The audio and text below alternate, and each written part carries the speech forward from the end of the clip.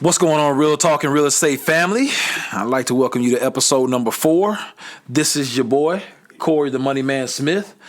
Also in the building with me, I got Walt, the Closer Davis. What's up, what's up, what's up? Also in the building with me, I have Hyman, the Philosopher Lemons. Him dog. How you doing, people? How you doing? How you fellas doing this afternoon? I'm doing well, Doc. Doing all right? All right. Y'all ready to talk about some good stuff today? All right. We got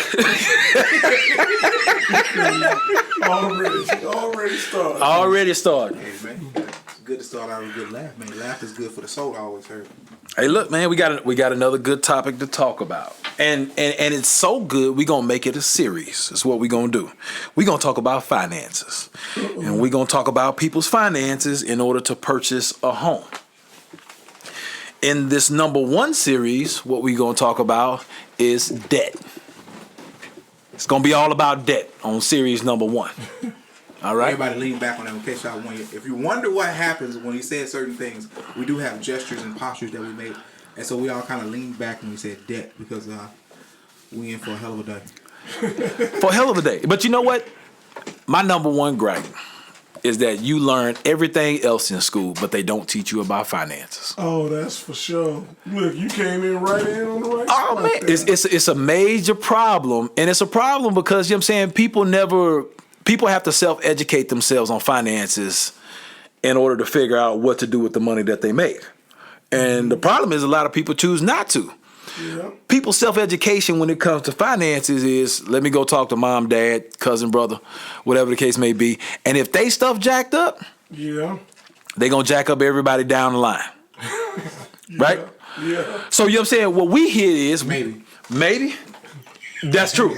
That's true. That's not the same case for everybody, right? You can break the chain. You can break the chain. You can break the chain. And sometimes, I think sometimes you get lucky. Yes, You that's know true. what I mean? And you just, like your partner, whether, your wife, your husband, whatever it is, your partner is good with money. And so they became the one that broke the chain for you. Yes. You know what I'm saying? Yes. And then sometimes you just luck up and, you really don't, you that type of person don't want really nothing. So you ain't buying nothing. Right. You know Exactly. what I mean? Exactly. It's different. Wow, man.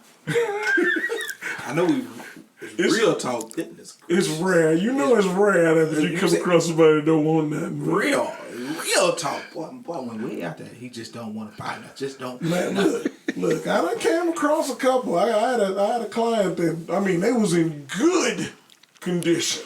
like Great condition. We talking like high 7s in credit. Yep. They had 15, 20 grand in the bank. They was only like 22, 23 years old. They was just starting their careers, but they did it on their own. They just was savers. But you know what it was? It was the wife, of the two that was real. She was on it. Like she liked her shopping, but she knew her thing. You know what I mean? She didn't spend nothing without. She couldn't pay cash. She was like, "Hey, we ain't throwing this on the charge." First off, I'd like to know what a brank is. Just want to put that out there. You know what I'm saying? What is a brank? Is that something new that I don't know about? I think he went sipped on something. He went sipped on something? Oh, okay. He ain't in his right state of mind? It is a new financial institution, a bank. Let's get back to this topic. So let's get back to the topic. We done got all off topic, right? So we here to talk about debts. And one of the biggest things, the biggest debts, biggest issues that we have today is the student loans, right? Yep. Student loans are so much of a problem, it makes you want to think. Is it even worth going to school? Ooh. Is it worth going to school to get yourself in this much debt that you're going to have to end up paying for the rest of your life or either dying with? And you know what I'm saying? I'm not saying I have an opinion either way, one way or the other. I'm just saying you got to think about it when you think about the major problem of student loans and how many people that actually cannot pay their student loans back. What's your take on it, Walt? Well, I think that what you said kind of really hit hard when you said student loans and paying forever. You know what I mean? Ever. And ever.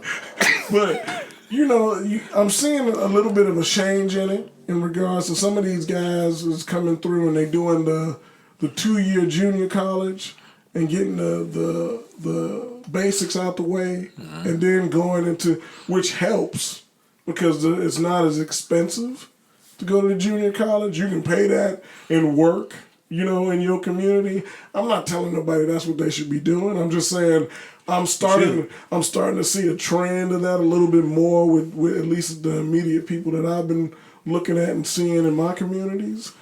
But the sad part about student debt is when it comes down to when you get to the adulthood, you know what I mean, and you start growing up and you want to buy something for real. Like, I want to go buy a new car. I want to go buy mainly a house. I'm ready to buy a house and start a family. It's those student debts that really can stop you from getting there, especially depending on how much it is and how much you end up having to pay and things of that nature. So, I think it's a bad thing. It really hurts. So we really got to figure out a way to get it more educated and structured on the front end. Well. Here we go. All right. Statistics shows student loan debt in the United States is at $1.5 trillion for graduates of college. Hold on, say that again. What's that number? $1.5 trillion is in student loan debt in the United States. Just to trillion. make That's just not a billion. Not a billion. That's a trillion. That's crazy. Now the funny thing about it, the U.S. debt as a whole is at $21.3 trillion. Now I'm not a mathematician, or I'm not going to try to give you the percentage for that number, but for those of you who know how to do it, I think you're great at it. You'll be able to see that number. But what interests me when I was reading about it was only pertaining to graduates of college. Now I can honestly say I did not graduate from college. And when I did go, I did dabble in the student loan world. So my debt that has been paid, that I was fortunate enough to pay back, was not even counted in that number because I did not graduate. So in all honesty, that 1.5 trillion is actually a lot more because they're not counting those who did not graduate. They're also not counting those who are still accumulating the debt because they're still in quote unquote undergrad as we speak today. So when we boil down to it, guys, this is going to be a monster that we're going to be constantly attacking for as long as we have to pay for a higher brand of education. And they have economists after economists who are trying to work this thing, and it's got to the point where they call it a crisis. And if we continue at this rate, student loan debt can come to the point where it surpass. I'll be laughing. You need some water. Hey man, I'm not the one that's drinking the drinks and don't even share money. I didn't mean to interrupt you while you was spitting their dollars, but it was funny. Killing your boy, man. Your boy throat is dried over. I'm drinking the soda water. But you can only just imagine what's about to happen in the next 5 to 10 years when it comes to student loan debt. My question is going back to the money man over there is, you see this happen every day. Get young people that's ready to buy a house and things like that. How do you think that it's going to affect, or as it has affected, what do you think needs to change or happen in order for these kids to really buy a house at this stage if they know they got student loan debt? I mean, you're saying it's hard to pinpoint one thing because I can go multiple different directions on this. The one thing that I think is that we got to stop selling this false dream or this false philosophy that kids need to go to college to try to figure it out. If you want to go and you want to party, college is an expensive party lifestyle. I'd rather you go out in the job force and go ahead and get a job and then try to figure out what it is that you want to do or if you want to go to school. Hit the nightclub on Saturday night. It's a lot cheaper, right? I think it's free for ladies' nights too. Wow.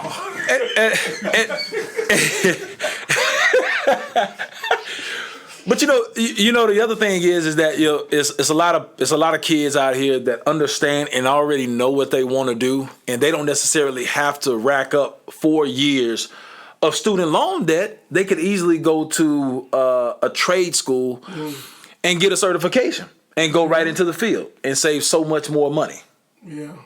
But then the other thing is that, we need to come up with a system to where, college has not become where it wouldn't become so expensive. Man, you're going worldwide. Yeah, I mean, it boils down to the system. Now, the thing is that what the resolution is, what the answer is, I have no idea. Mm-hmm. I think when he came out about it, the idea of whether or not to go to junior college or not, which is an excellent idea. The next thing after that is whatever you're trying to become, accountant, psychologist, or whatever you may see, you don't got to go to Princeton. You don't have to go to Yale. You don't have to go to Harvard. I know those are prestigious universities, and I did go to the higher ranks of the university just to validate the point. You don't have to. I can recall when I would go to my kids' school, and you got the counselors. They get all the counselors sitting on the same row, and they love to put up a degree up on the wall, which is pretty fly. Mm-hmm. I can go in one counselor's office, and they got a degree from Sam Houston. You go to the next one, you got a degree from Penn State. Y'all both in the same place, quote unquote, somewhat making the same amount of money. Mm-hmm. Who had paid the most for their degree? Yeah. It's not. I want to encourage young people, or people as a whole. You don't have to be young. When you're making a decision for continuing education, it is not about the university. All of them are teaching some of the same things. I understand some professors are better than others, but nevertheless, accounting degree is still an accounting degree, whether it comes from Penn State or Sam Houston. It doesn't matter. Well, and I think the other thing that plays a role is if you that student that look, you got a scholarship to Harvard, you got a scholarship to Michigan State. You know what I mean? You go into a place where you know exactly what you want to be and why you want to be there, and you're going down the family path. My grandfather went to Harvard, and we're not talking about those people, okay? A lot of times I like to talk about the people that are undecided still. Like, you really don't know what you want to do. I remember when I was 17, 18, how many people really know what they want to do in life? And you might not know what you want to do yet.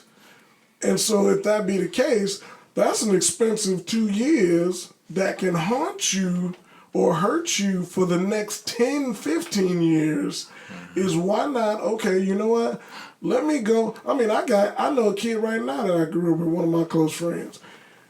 They did JUCO, they went junior college, then went to A&M, and now they working for Halliburton, I believe. One of the top companies in this field in engineering.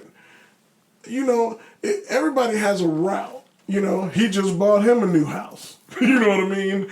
And doesn't have the same issues because one, his cost was down, his student loans were down.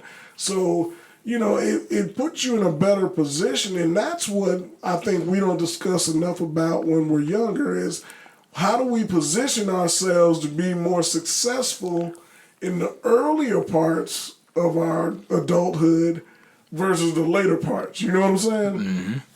Now, I completely get it and completely understand. Now, we could actually talk for hours about this specific topic. But what we're gonna do is, go ahead and do a 90-degree turn and go ahead and talk about specifically how student loan relates to being able to purchase a house. I think for most people, and then most clients and stuff like that, I shouldn't say most clients, but some clients that I have, they have this syndrome where they just don't necessarily want to address the student loans. It's like always a certain period of time where they just say, hey, look, I just forget about it. I'm not paying them. Yeah. It'll eventually go away. Almost like it's just a cloud that's over their head. It's just a cloud over their head. They never address it. The head in the sand syndrome? The ostrich syndrome. Ostrich. Yes. We're going to coin that for anything we see people that just choose not to address it. We're just going to call it the ostrich. They think it's absolutely going to go away, and it never goes away. But the thing is that when they come to me and they ask me if they can get pre-approved for a mortgage, It's like, how do you go to the government and ask the government to lend you money and you owe the government? You're in default with the government. Yeah. It just doesn't make sense. I'm pretty sure you're. On the government thing, you might want to break down what that means. When I specifically talk about government, I'm talking about government loans. FHA, USDA, VA are all government loans coming from the government. Conventional is kind of a different animal, but nevertheless, you still owe the government. Now, when it comes down to clients, I'm pretty sure, Hyman, you've had some clients that haven't been able to get approved because, you know what I'm saying, they had some student loan issues. That is true, Doc. My thing, when I run across my folks that I deal with and has been trying to work with, it comes down to the debt is just so astronomical based on what they're doing for a living. You got $90,000 worth of student loans, but you're only making $40,000 to $30,000 a year. I don't care. I know numbers are all manipulatable. Well, That's almost like Brink. Right? Manipulable. I'm struggling. Did he say manipulable? Yeah, I'm struggling. I'm struggling with my dialect today, man. But you know what I mean. There is no way to get around it. Either you make more money to offset this student loan debt, or you just won't be able to own a home right now by yourself, or we got to come up with alternative means. Well, think about the complications then that creates, right? I can't go buy a home, but I still got to live somewhere. So that I'm either renting an apartment for the same amount of money that it would cost me to buy a house, or renting a house. And I'm just, I tell people, my clients all the time, I say, them 5 years that you rented that house, if you would have just took all that money, threw it in a garbage can, and lit it on fire, that's basically what you just did. Because you never gonna see it again. It's not helping you at any point, okay? And, is there situations that you need to rent? Yes. But not in most cases. 90% of the people can buy versus rent because you're already doing it. You just doing it for somebody else. And if they had a little bit of education or help in regards to getting them student loans or figuring out the right processes earlier, I think it might have helped them down the road when the time comes. Absolutely, absolutely. But I think you might be a little high on that 90%. Yeah. Because there's a lot of fiscally financial irresponsible people out there. Well, we were just talking student loan people. But dog, Because you got to remember, there's a lot of people. There's people out there that's putting spinners on versus buying a house. Putting spinners on the hoopty. You know what I mean? I get that. I thought spinners when I stopped walking. I know, dog. Hey, dog. I just saw. I saw a car the other day with some spinners. That's why I Saw a car the other day with some spinners. Last night. Hey, look. I don't mean to get off topic, but you know what I'm saying, I saw a cat daddy with some Stay Flow jeans. Remember the crease that you had in them? In 2018. I love creases and watch them say homework. In 2018. Yeah, him dog do be walking in with some. I wouldn't have put that out there in the public like that. I wouldn't put it out there in the public. I'm just saying. Starches. The starch. Starch and iron out the cleaners, baby. So That's just lazy when I iron your clothes, man. So from the student loan perspective, from the mortgage perspective, I want clients out there to understand that things change, guidelines change all the time as to the way student loans are looked at in order for you to purchase a home. One thing for sure and two things for certain is that you cannot be in default of your student loans. One way or the other, if you chose to forget about it, hope they go away. If such and such, your mom, dad promised to pay it, but they're not able to pay it, whatever the case may be, you need to address it and make sure it gets paid and make sure you're not in default. The other thing is that there's different ways and different payment plans to which you can do student loans. There's forbearance. There's also the IDR program, which is the income-driven repayment program, and there's also a fully amortized payment, which means that you're paying interest and you're paying towards the principal in order to pay it down.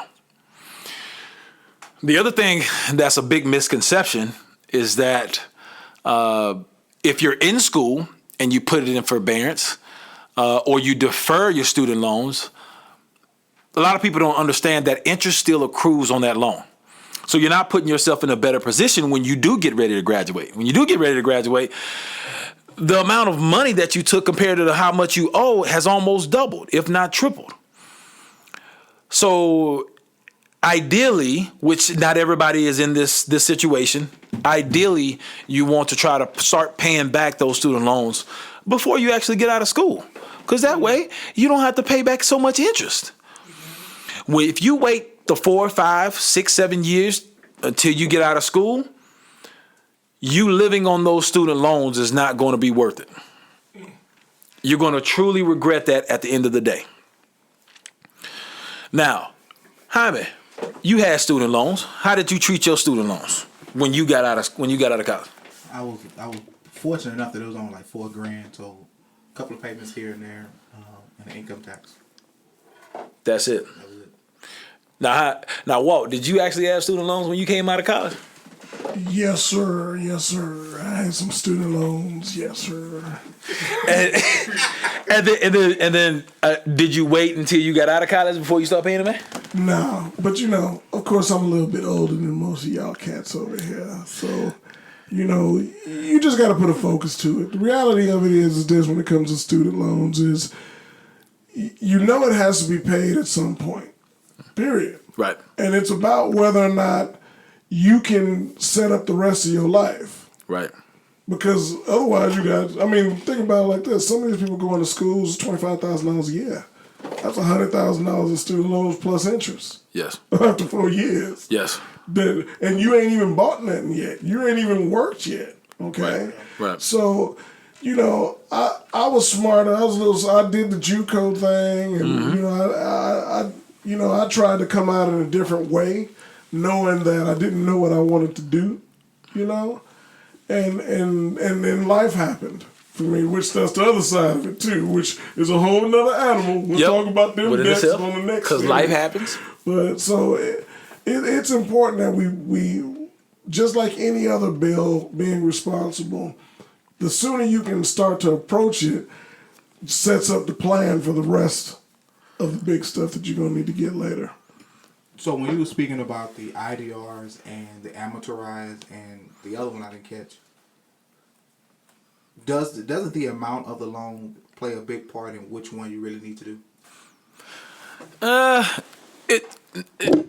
Not so much as the monthly payment of it, right? So let's talk about specifically FHA. When you're talking about FHA, I talk to a lot of clients that come to me and they're like, hey, look, I got $100,000 of student loans, but they're in forbearance or they're in deferment. And they say that as if, it doesn't really matter. From a mortgage standpoint, now, let me put this disclaimer out there before, I go any further, is that these rules and guidelines are made by higher bodies. We just follow the rules and guidelines. Depending on what their objectives is at the time, all these guidelines can change on a consistent basis. So I'm talking about as it sits right now, February the 6th, 2018, this is what the student loan guidelines is. For FHA, regardless if you're in forbearance, deferment, whatever the case may be, you either have to use 1% of the balance towards your debt to income ratio. What is debt to income ratio for those beginners out there? Debt to income ratio is your debts divided by your income in order to come up with a ratio percentage in order to figure out if you qualify or not. You have to be below a certain percentage in order to be able to qualify for FHA and conventional, and it's different according to each one. So let's go back to student loans.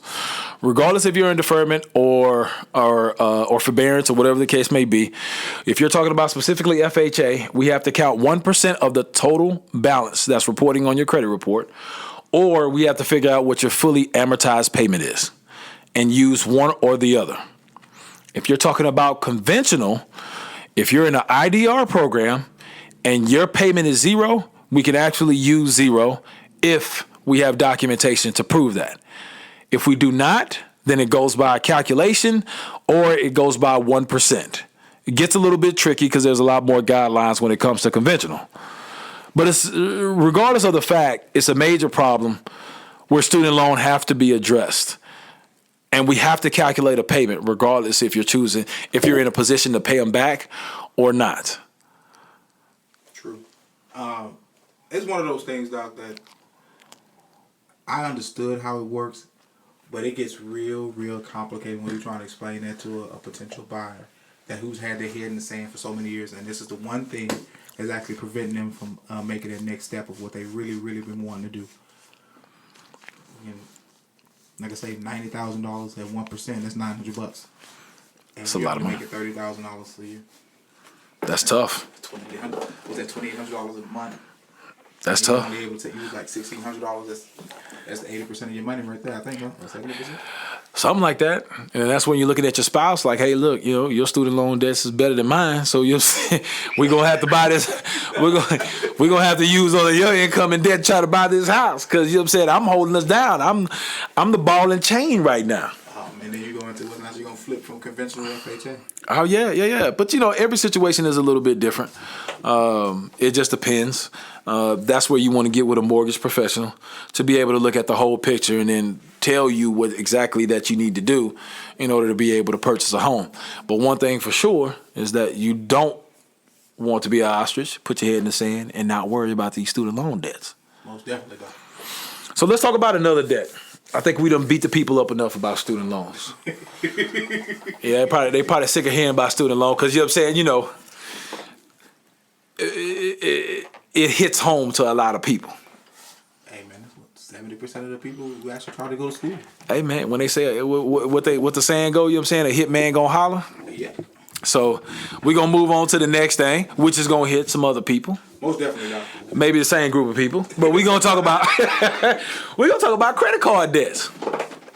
Credit card debts is a major problem as well. And especially coming from the holidays, everybody wanted to buy Christmas gifts. They may not have had it inside their checking and savings account, so they ran up the credit cards. Slide that down. Debit or credit? Credit, please. Yeah, slide that credit. I'll pay it off over a certain amount of time. Yeah, man. But the question is that tax returns is getting ready to come up, and when they get that lump sum of money, what you think they're gonna do? Go buy something else. Oh, man. Come on, it's hurting my heart. It's hurting my heart, man. Hey, go buy something else, Doc. You don't think they're gonna be fiscally responsible and go pay down them credit cards? It's hard to be fiscally responsible for something that doesn't affect your day to day. If they was trying to purchase a home and you tell them, hey, did you pay this credit card, this $700 to $1,000 when you get your income tax, then yeah, they'll do it because they have a tangible asset on the end of it that it affects. But other than that, they can slide by without it. They're not gonna worry about it. One thing leads to the next. Yes, and then that's it. That's a tough one right there, though. So ideally, you know what I'm saying, speaking just from a mortgage standpoint, when you have these credit cards, ideally, you want to be below 30% utilization on your credit cards. That word utilization. What does utilization means? Utilization means is that, you know what I'm saying, for the balance of the card according to what your high limit credit is. So let's say, for example, that you have a credit card where you have $1,000 limit on it. You definitely don't want to go above $300. It's for sure. Man, $1,000. Why don't you spend $300, man? Hey, I tell you why. Because, you know what I'm saying, if you max it out to $900, it's going to affect your credit score. Your credit score going to drop. And imagine if you got 3 or 4 credit cards to where you just about maxed out. Imagine what your credit score going to be. Who's that? Who's to say that? I'm just saying. It happens all the time. Most definitely, though. Well, the thing about this is what kind of caught my ear when you made that statement about the utilization. You got so people are really trying to get more educated on credit and credit card debt, and they've been learning on the internet via Google, via YouTube about the utilization rate. Credit Karma is giving you the number, the utilization rate, and all these different websites are talking about the utilization rate. I've noticed the utilization rate kind of varies. It depends on where you look. Yeah, it depends. Ideally, across the board, you kind of want to be below 30%. It's kind of one of those things where 30% is good And then, you know, kind of like when you're looking at Credit Karma, that type of thing, you have good, better, best, that type of thing, and excellent. Excellent is ideally less than 10%. Oh, less than 10. Yes. And just to clarify, excellent is not $0, surprisingly enough. No. Reason being is because, you know, in order to actually prove and show that you can pay somebody back, you have to actually be in debt. Ain't that a surprise? Nah, you know what I'm saying? I learned a lot about debt over the past years, and debt is actually what keeps us going, what keeps our country rolling, and what keeps everything the way we have it, the way it is. So. It's the way. It's the American way. The way. Because we keep getting further debt, I can tell you that. But that's another story. That's a completely another story for another time. So essentially, debt is what keeps us going. Debt is what drives our credit scores, but it's responsible debt. Good debt. Good debt. Good debt, responsible debt. That does it. So you know what I'm saying? It's not having $1,000 credit card and maxing it out. That's not considered good debt. It's not considered being financially responsible. What it is putting a little bit on there at a time and going ahead and paying it off. Hope life don't get hold to you. And hope life don't get a hold to you. Now, for those that have gone through traumatic events and things have happened, lost jobs, lost family members, stuff like that happen. That's life. We're not beating up on you because we understand you got to stay afloat the best way as possible. Most definitely, Doc. But what we are trying to do is just bring awareness to people that's hoping to one day purchase a home to be a little bit more responsible. A lot of people don't necessarily understand the way credit works.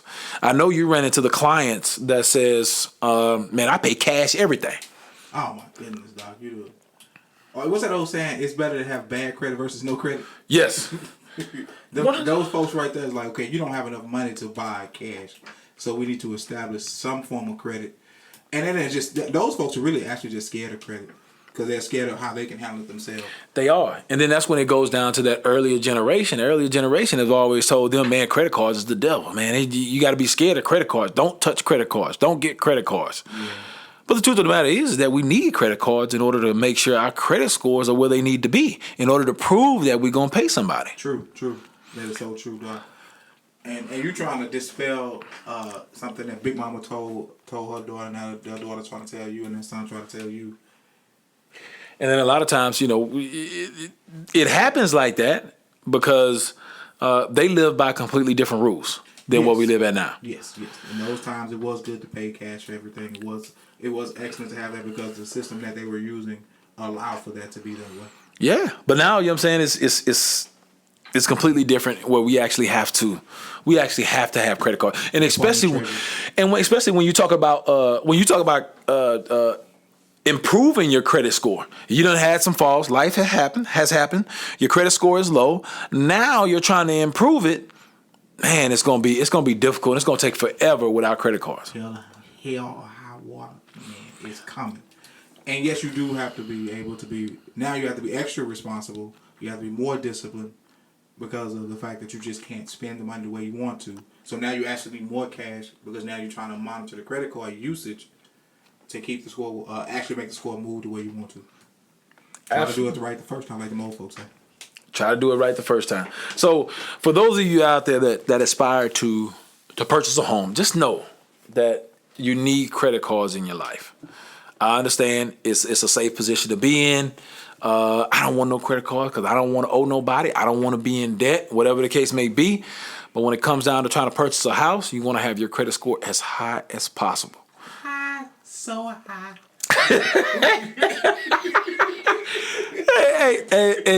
And credit cards is a great help. I'm not saying it's the end all be all, but it's a great help, right? Especially when you're trying to increase your score. The only thing to make your credit score move, not installment loan, not car payments. None of that.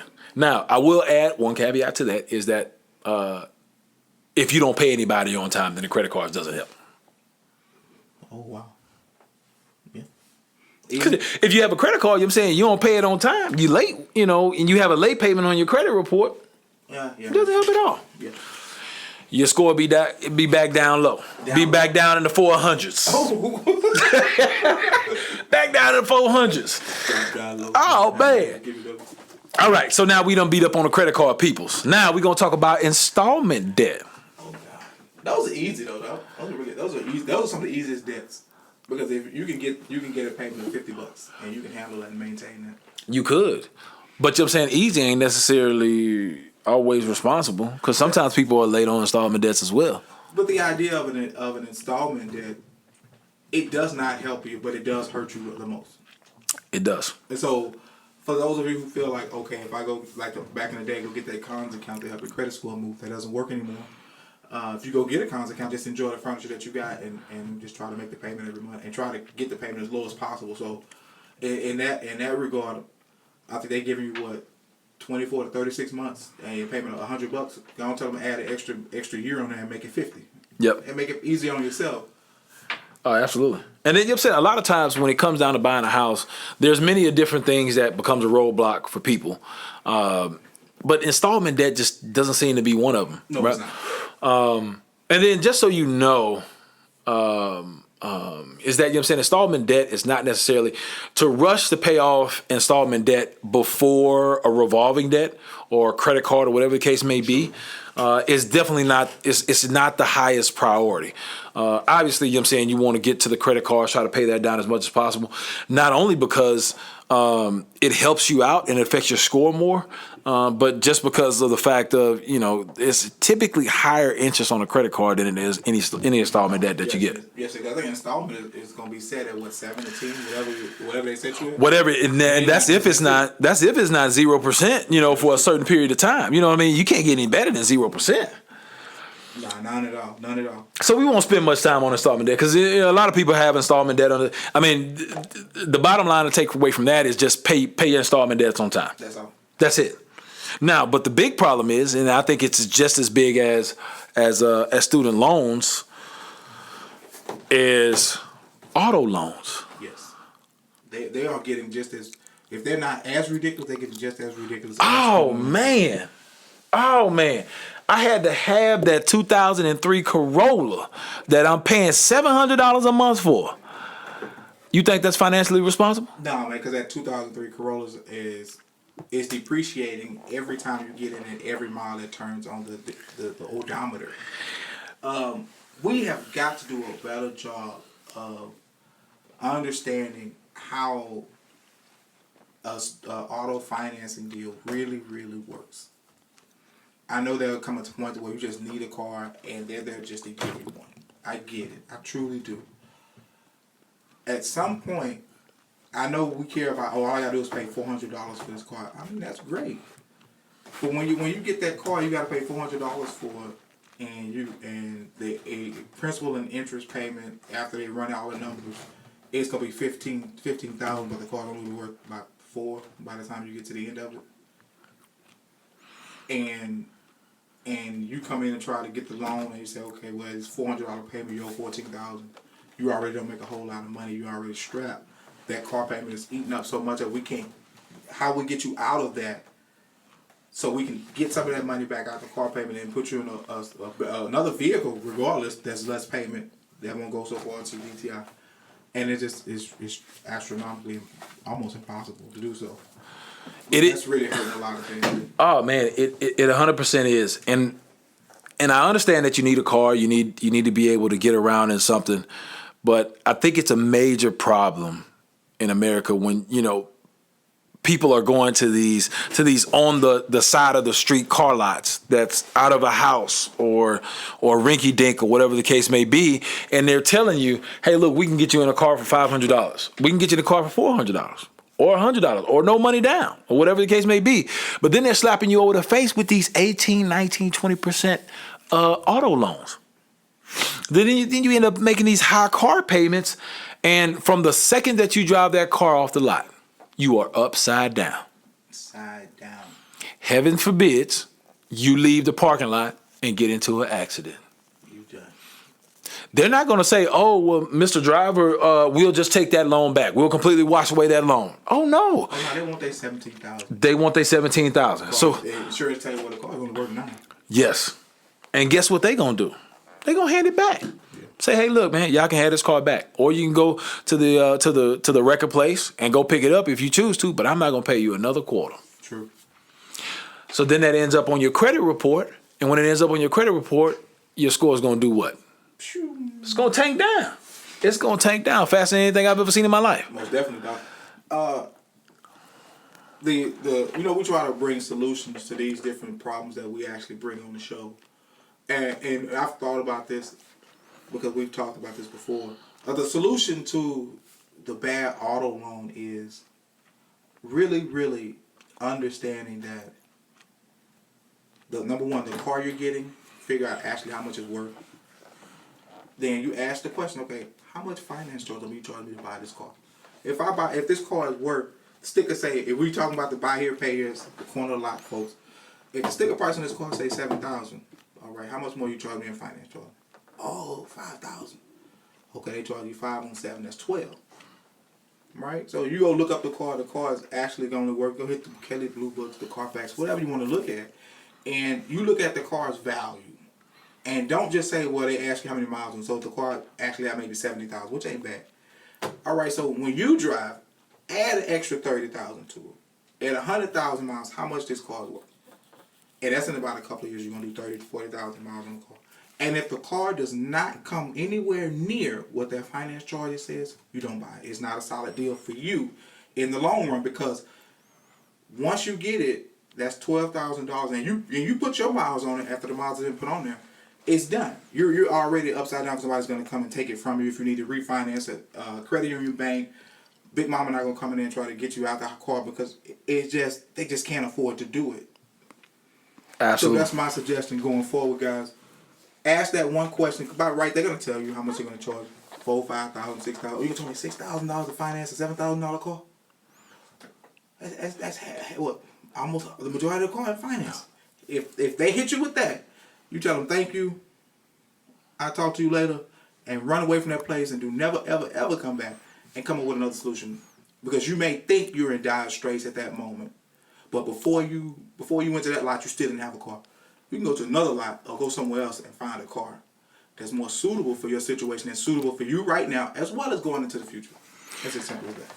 It is. You know what I'm saying? And the thing is that a lot of people don't actually, one, educate themselves, or two, even think about the fact of if you're okay with paying 18, 19% interest, the note that car is going to be, have you ever thought about you can go rent a car for that same amount of money? Yeah. You don't own the car, so you're not upside down. If you have an accident, the insurance is going to cover it, so you don't have to worry about that. The insurance from the either the insurance that you have or the insurance from the car rental place, and then you're not tied down for the next 4, 5, 6 years on paying that note. And you don't take that hit if you do have an accident. By it being upside down, you don't take the hit. The rental car people take The rental part take it. You're completely shifting the liability from yourself over to the car rental place. And then on top of that, you're paying the same amount, the same monthly amount that you would pay for that 2003 Ford Escort. You're paying for a 2018. True. A 2017. Dark though. That you don't have. I think that's what people get caught up in. You know what I'm saying? You're going to pay $600 for a Dart. You know what I'm saying? They feel like if I got to pay $600, it's going to be something. Like, what's the new car out now? That new Impala, I guess. The new Chevy Impala with the new body style. It's about $600 car. Yeah. Something like they want something like that. They're going to pay $600. Hey, but I'm saying if you want a trustworthy car that you can get around in, and if it breaks down, guess who pocket that got to come out of? I'm calling rent a car. There you go. Pick me up, please. Come pick me up. In the brown car with the bow tie on top of it. That's that old school commercial. And they open the door and bust the car. There you go. Enterprise. Hey, let them take on that. Hey, and then you know what I'm saying, you'll feel so good when they pull up with a bow tie. Hey, I'm telling you, man, it's there's other options out there. Do not let bad credit hold you back or make a bad financial decision. There's other solutions out there. You just got to educate yourself and think about it. So I think we running out of time, man. We running on about 45 minutes or so right now. That's long, though. It ain't too long, but you know what I'm saying, this is a great topic. I feel like, you know what I'm saying, they got a whole bunch of nuggets from this episode. That is true, but Actually, you know what I'm saying, we could have went another hour talking about some of this stuff. Just, debt is a major problem in America these days, and especially when somebody trying to buy a house. Yeah, man, that's true. Anyways, so let's talk about it. You know what I'm saying? Real talk takeaways. What you got, Am? Hey, man. Student loan debt, unsecured debt, secured debt. It's out there, guys. And go ahead and just face it. You know what I'm saying? When you face it, I know it can be frustrating. I know it can be stressful. It isn't going anywhere based on the ostrich syndrome that we're going to coin here on the Real Talk and Real Estate show. The ostrich syndrome, that simply means putting your head in the sand, acting and not acting like it's not there. It's there, guys, and let's take the necessary steps to do something about it. All it takes is one step, and that's the hardest step in anything that we do is that first step. And we're here to help provide you as much detailed information as we possibly can via experience through research, and that's what we're here to do for you. We actually lost Walt, but you know what I'm saying, we here. My takeaway is that debt is a major problem. It needs to be addressed, not only from your credit standpoint, but and also to be financially healthy. Come and get the education that you need. Contact me, contact Hyman, contact Walt, contact any mortgage real estate professional. In order to get the education that you need, in order to be able to get yourself in a position to purchase a house, you got to take the first step. True. And first step is getting yourself educated so that you can be in a position to buy when you're targeted. That is true. Don't be afraid if that position is not today or tomorrow, guys. I remember a young man told me, say it took you almost half your life to get where you are. So don't think you're gonna fix it in a matter of a couple of days. There you go. Realistic. There you go. Buying a house is sometimes a marathon, not a sprint. Right? Sprint. There you go. Not a sprint. Please don't forget, rate and subscribe. Until next time, we'll check you out later. Thank you so much, guys.